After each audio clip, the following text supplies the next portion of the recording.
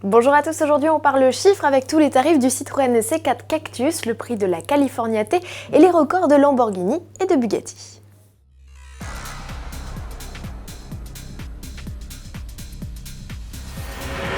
Star du dernier Salon de Genève, le C4 Cactus n'a pas seulement séduit par son style atypique, son tarif de base canon de 13 950 € avec le 3 cylindres essence de 75 chevaux a également suscité un vif intérêt. Qu'en est-il du reste de la gamme ? Elle a de quoi faire trembler les Peugeot 2008 et Renault Captur, le petit nouveau a une politique de prix agressive.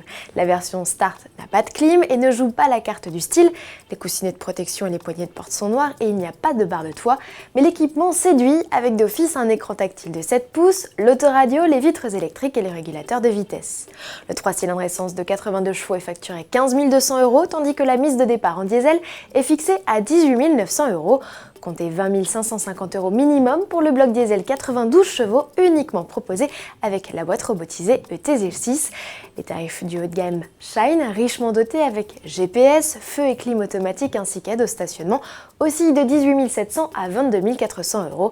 Et pour séduire une plus large clientèle, Citroën propose d'office sa version de base en location à 199 € par mois sur 36 mois avec 25% d'apport. La LOA inclura assistance et assurance. Ouverture du carnet de commande ce 12 mars, arrivée du C4 Cactus en concession en juin.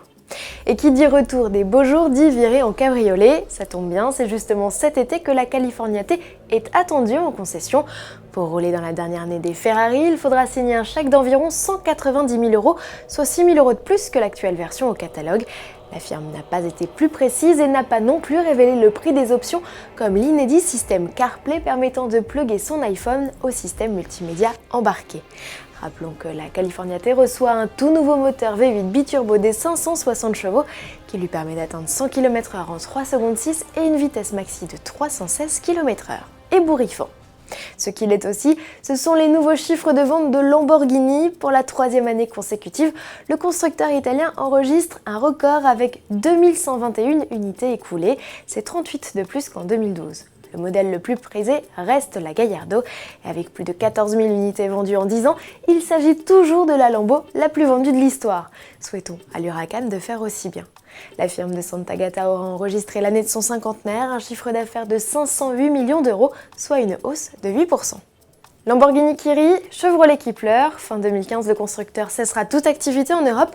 Seuls les deux modèles les plus sportifs du catalogue, la Corvette et la Camaro, resteront disponibles. Avis aux intéressés, c'est le réseau Cadillac qui se chargera de les distribuer. Et pour clore ce chapitre sport, sachez que les Trois Vairons, rendant hommage à Rembrandt Bugatti et présenté il y a tout juste une semaine au Salon de Genève, ont déjà toutes trouvé preneur. Le tarif exorbitant de 2,1 millions € pièce n'a pas effrayé les acheteurs américains et émiratis.